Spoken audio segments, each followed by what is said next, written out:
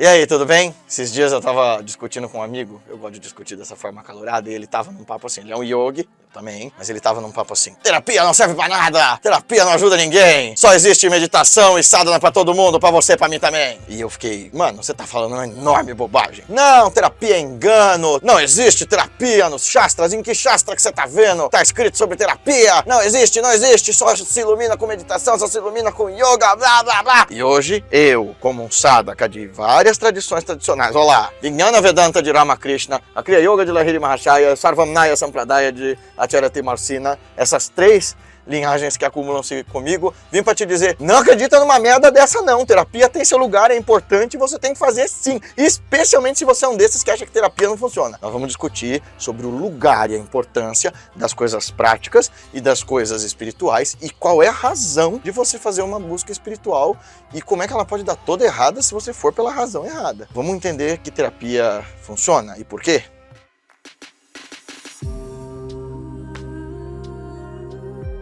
Seja bem-vindo, bem-vinda. A gente aqui fala de autoconhecimento, evolução de si, de serenidade, de paz de espírito. A gente fala sobre falar devagar, a gente fala sobre filosofia e autoconhecimento. Se você quiser, deixa seu comentário pra gente fomentar a nossa discussão e manda esse vídeo pros seus amigos. Também se quiser vir meditar conosco, estudar conosco, peregrinar pela Índia conosco, vai ser um prazer. Mas vamos ao nosso tema. Em primeiro lugar, quase toda religião dogmática vai olhar para um sistema de autotrabalho que não seja pertencente à religião e vai desprezar isso. Que quase toda religião vai dizer que terapia não precisa, que terapia não presta, que terapia só funciona como anteparo religioso. Eu vivi isso no espiritismo. Durante anos, a dirigente do centro espírita que eu participava dizia, embora tenha uma filha que é psicóloga, outra que é homeopata, ela dizia que terapia é coisa pra gente rica, é frescura ou é problema espiritual.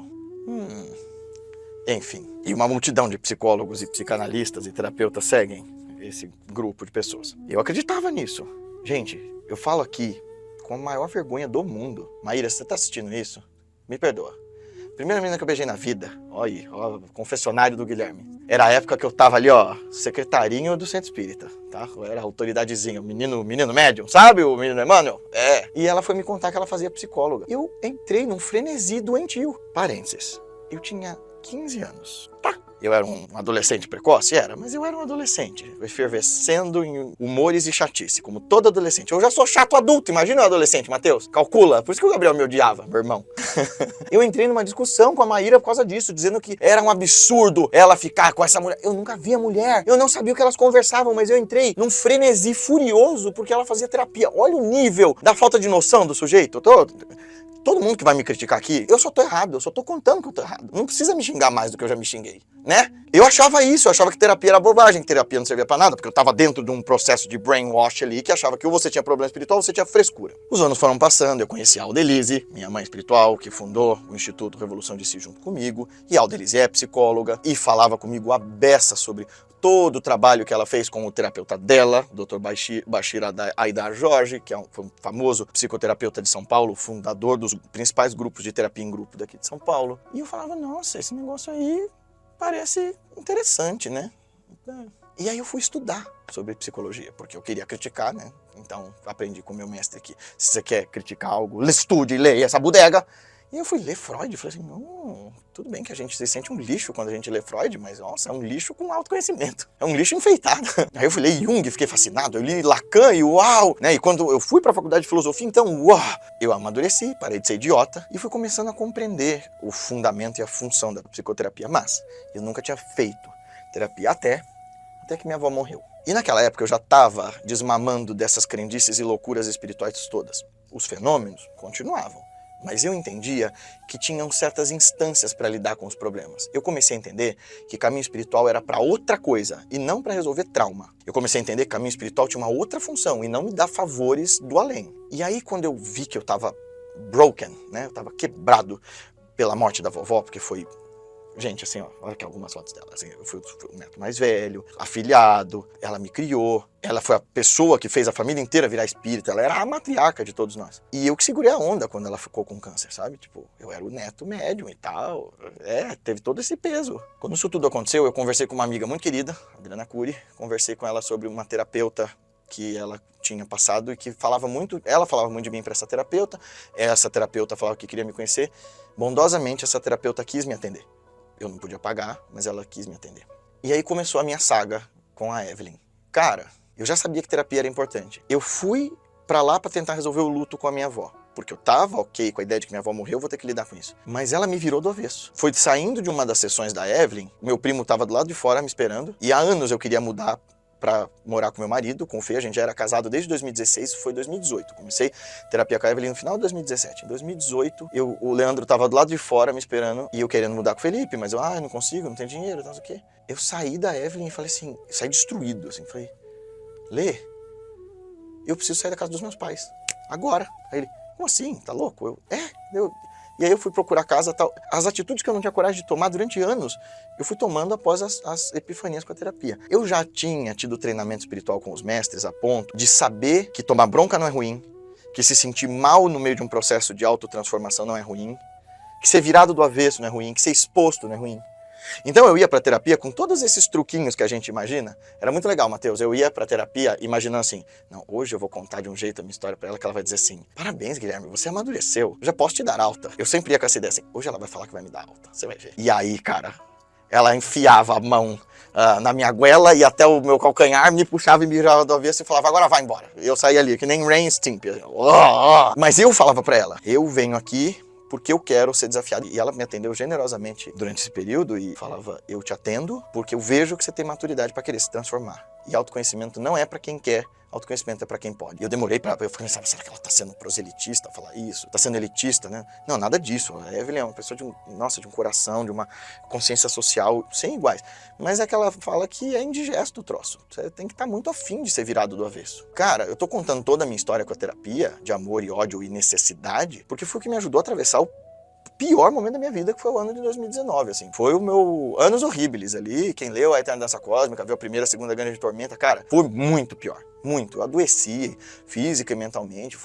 Eu fui cozido mentalmente, assim. Eu passei por um processo de assídia e de depressão. Tô contando pela primeira vez. Quem olha os vídeos de 2019 não nota. Quem me conhece intimamente sabia que eu tava atravessando um momento, dá pra notar, até pela lente de miopia que eu não sabia ajustar do vídeo, dá pra notar que eu não tava nada legal ali. Nossa, tudo aconteceu, Matheus. Até rompi ligamento, tive toxoplasmose, tive depressão. Maluco, eu fiquei... Foi um ano muito louco, assim. Foi a terapia que me ajudou a sair dali, assim, mesmo. Foi um parto, mesmo com a sadhana, mesmo com o caminho espiritual. E quando eu fui atrás da Evelyn, quando eu falei com a Adriana, eu falei, eu quero uma terapeuta que, embora saiba dos meus rolês espirituais e tal, preferencialmente não acredite neles. Preferencialmente trate as coisas práticas de forma prática. Primeiro, meu mestre costuma dizer que aqui nós não tratamos dos traumas, mas dos traumatizáveis. Ou seja, da mente que fértil e ignorante se permite continuar se traumatizando. Ok, isso é o que a sadhana faz. Mas quem vai tratar do trauma para eu entender por que é que as coisas não tá engrenando se eu quero ainda participar do mundo? Sabe, dai a César o que é de César e a Deus o que é de Deus? Terapia é ciência, tá sendo trabalhada dentro de universidades, com teste contra teste, com formulações consistentes para entender as nossas razões, os nossos medos, os nossos traumas, os nossos enganos. E a razão de provavelmente você não querer olhar para isso com a seriedade que isso merece é que talvez algumas das ideias das terapias confrontem as suas mais dogmáticas crenças dentro do seu caminho.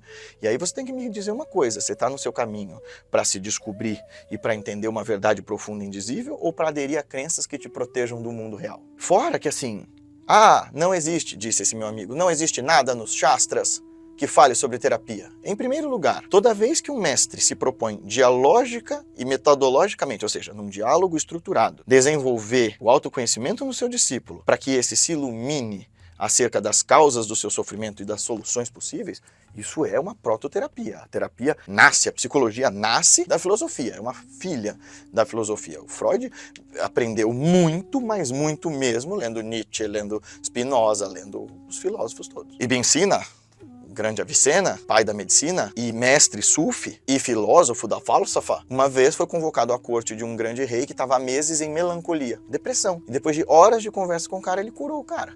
É uma terapia. Mas o Ibn Sina era um mestre sufi. Mas o método tava lá. Não tem nada nos Shastras sobre terapia. Cara, não tem nada nos Shastras sobre esse celular que você tá usando para assistir esse vídeo ou esse computador. Não tem nada nos Shastras que fale sobre viajar de avião. Tem os Vimanas. Não enche meu saco. Não tem nada nos Shastras que fala sobre lasanha, cara. Você gosta de lasanha? Não tem nada sobre lasanha lá. Quem disse que você pode comer? Não tem nada nos Shastras que fale que existe um continente chamado América. Não tem nada nos Shastras dizendo usar cortador de unha. Olha que loucura. Imagina a vida sem cortador de unha, que inferno. Não tem nada nos Shastras falando que você pode usar um squeeze desse. Sabe por quê? Primeiro, porque não faz a menor diferença para a estrutura do ensinamento que está lá. E segundo, porque a história muda. Dizer que toda a verdade do universo está contida em uma revelação não é uma frase trivial e literal. Porque se você está literalizando essa frase, você está matando o ensinamento espiritual. Já cansei de falar disso, né? As verdades que são eternas dentro de uma escritura, elas são simbólicas. Elas não estão contidas naquele tempo para aquele pessoal. Porque senão, meu filho, volta a viver numa vila de pastores, de cabras e de gado. Inclusive, se o Shastra que você está usando é o Veda e você é vegetariano, sinto muito te dizer, mas o Rishi Yagnavalkya que comia carne. Pá! Ou o quê? Você acha que ele roubou um rebanho inteiro pra o quê? Dançar ciranda com essas vacas à noite? Será, Matheus? Não tá no Shastra porque a gente progride. Você que tá aí estudando numa universidade é fruto do progresso dessa história. Ora, aliás, deixa eu te contar um negócio. Tem um monte de prática de yoga que você faz falando que tem 5.000 anos. Tem um monte de prática de yoga que eles dizem que tem mais de 5.000 anos porque vieram de Mohenjo-Daro e Harappa e que começaram na idade moderna agora, há 400, 500 anos atrás. Boa parte das técnicas de Hatha Yoga que a gente acha que, são exclusivíssimas da Índia e 2, são multimilenares, não são exclusivíssimas da Índia, tinham praticantes desenvolvendo elas originalmente entre os sufis na Pérsia, entre os mongóis na Mongólia, entre os chineses lá em Udan, entre os tibetanos, entre os nepaleses. E tem várias dessas técnicas de Hatha Yoga que são de 400 anos atrás. Uou! Esses dias veio um Kriyaban falar pra mim assim, Kriya Yoga é mais antigo que os Vedas. O que você quer dizer com uma frase dessa?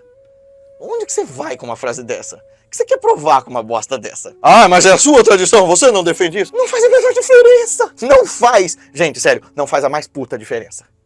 Ser um místico de verdade, inteligente, é usar dos recursos que a natureza te dá pra sair do sofrimento, mané. E a razão de você buscar um caminho espiritual não pode ser superação de traumas. Porque você vai sair de um lugar de traumas e de sofrimento terrível com o qual eu juro por Deus que eu me compadeço demais. E eu tô dizendo pra você que você não tem culpa desses traumas nem desses sofrimentos, mas você precisa de acolhimento. Porque você vai sair de um contexto humano de traumas e vai parar em outro contexto humano de traumas e você vai dizer aquela frase besta que eu já ouvi de um monte de gente. Ai, eu procurei um caminho espiritual para fugir dos problemas do mundo e eu encontrei todos os problemas que eu via lá fora aqui. Sabe por quê? Porque, cara... Caminho espiritual é feito, sabe do quê? Deixa eu te contar. Gente. Pô! E todo lugar que tem gente tem problema de gente. Pô! Então, ou você vai pro caminho espiritual para procurar alguma coisa que é muito além do humano e ao mesmo tempo é extremamente humano, acolhe o humano, que é o autoconhecimento, a investigação séria, sincera, silenciosa, de uma outra categoria de saber, e trabalha teu rolê na terapia, não de forma dogmática, mas de forma corajosa, brava, intrépida, ou você vai usar o caminho espiritual de muleta. Você vai começar a usar recursos e argumentos espirituais para explicar coisas que são práticas. E você não vai lidar com os seus sofrimentos. Gente, fora que você corre o perigo de cair nas mãos de gente predadora, como eu tenho um amigo que caiu, que precisava de acolhimento porque se entendeu gay muito cedo e foi parar nas mãos de um suposto mestre charlatão que dizia que ele não era gay, não. O problema dele era um problema espiritual, pode deixar ele comigo que eu vou cuidar dele. E ele foi abusado desse cara. Por esse cara. Ele foi abusado por esse cara sistematicamente por um tempão, com a justificativa de que ele estava fazendo um trabalho para ele deixar de ser gay. Maluco, quão doentias são as pessoas que fazem, que usam da vulnerabilidade, da fragilidade de alguém para ganho próprio, mas elas são muito numerosas. O caminho espiritual, o mestre espiritual, ele não quer nada de você. Ele quer seu verdadeiro progresso. Lê a autobiografia de um yogi, vê como o Shri Yukteswar se comporta com o Yogananda, que ele fala, olha, não, eu não estou decepcionado contigo porque eu jamais te usaria para os meus próprios fins, eu não tenho nenhum interesse em você, cara.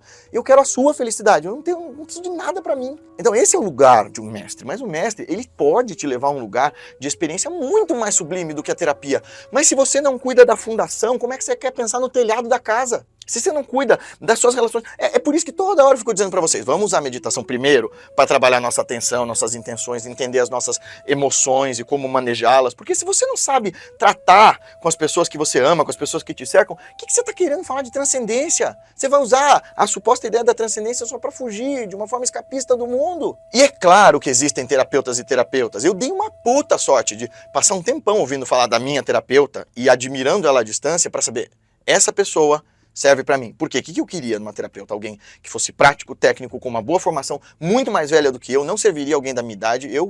Puta, mano, Matheus sabe disso. Eu sempre tive amigo muito mais velho. E eu sou um cara chato de argumentar. Então, ou era alguém com muito mais experiência de vida pra me dar checkmate toda hora, ou ia botar meu terapeuta no bolso, assim. Ah, Guilherme, como você se acha? Não, eu sou chato, cara, e eu sou bom em argumentar. Tem alguma coisa que eu tenho que admitir que eu sou bom. E isso eu sou. O que é um problema, porque eu viro o meu advogado pra me advogar pras piores coisas, pra me dar as piores desculpas. Não, quando o Matheus ouve a frase de mim, espera só, ou como que é? Deixa só eu, ele já fala, ai meu Deus, já vem um caminhão de desculpa pra gente não fazer nada do que a gente planejou hoje. Eu já falei pra ele, a próxima vez que você ouvir eu falar, deixa só eu, você fala, não, vai! Só nada, né? Ah, só pra constar, o Matheus é meu irmão de sangue, é meu gurubai. Quando eu falo do meu marido, tô falando desse cara aqui. Esses dias eu não sei quem falou assim, traz o Matheus também, como se estivesse falando do meu marido. Não, meu marido nem participa daqui dos vídeos, porque ele não tem paciência. Às vezes ele vem, né? Ele já fez participação especial. Já fez participação especial. Deixa um comentário aí se você tá assistindo esse vídeo, Felipe.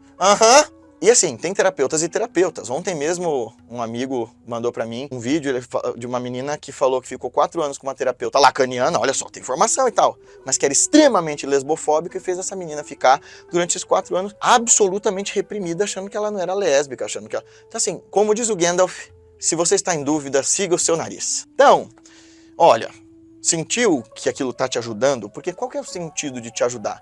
Tá te trazendo...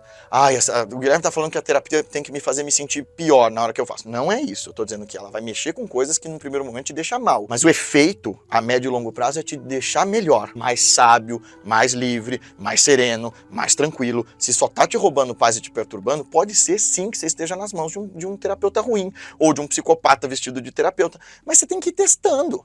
Tem médico ruim, tem advogado ruim, tem amigo ruim. Você tem que testar, não culpar a terapia porque existam maus terapeutas. Agora, não confunda as instâncias da terapia, que precisam ser lidadas com seriedade e sobriedade, com um problema espiritual, porque isso é muito sério. Tá certo, tem um amigo meu que agora é um terapeuta holístico, foi comigo pra Índia e tal, e a experiência dele, do Cauê, esse cara aqui é comigo nas fotos.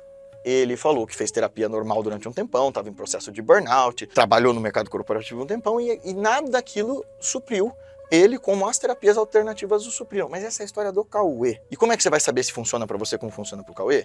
Você vai ter que medir se isso está transformando o seu caráter para melhor, se está te dando mais paz, se está realmente mudando o seu modo de vida e trazendo maior lucidez.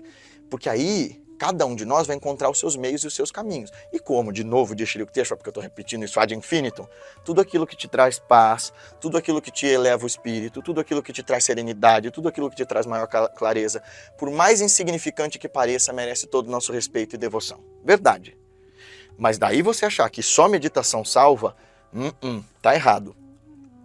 E eu vou fazer um segundo vídeo sobre isso, dizendo por que meditação não é necessariamente para todo mundo, embora eu recomende para todo mundo. E se você quiser aprender a meditar, clica nesse link que está aqui embaixo ou vem para a Índia com a gente agora em janeiro para o curso do Atma Sadhana, descobrir um verdadeiro trabalho espiritual, iniciático de autoconhecimento, que te leva para esse lugar dessa experiência muito mais interessante do que isso que na superfície as pessoas vendem como espiritual. Até mais!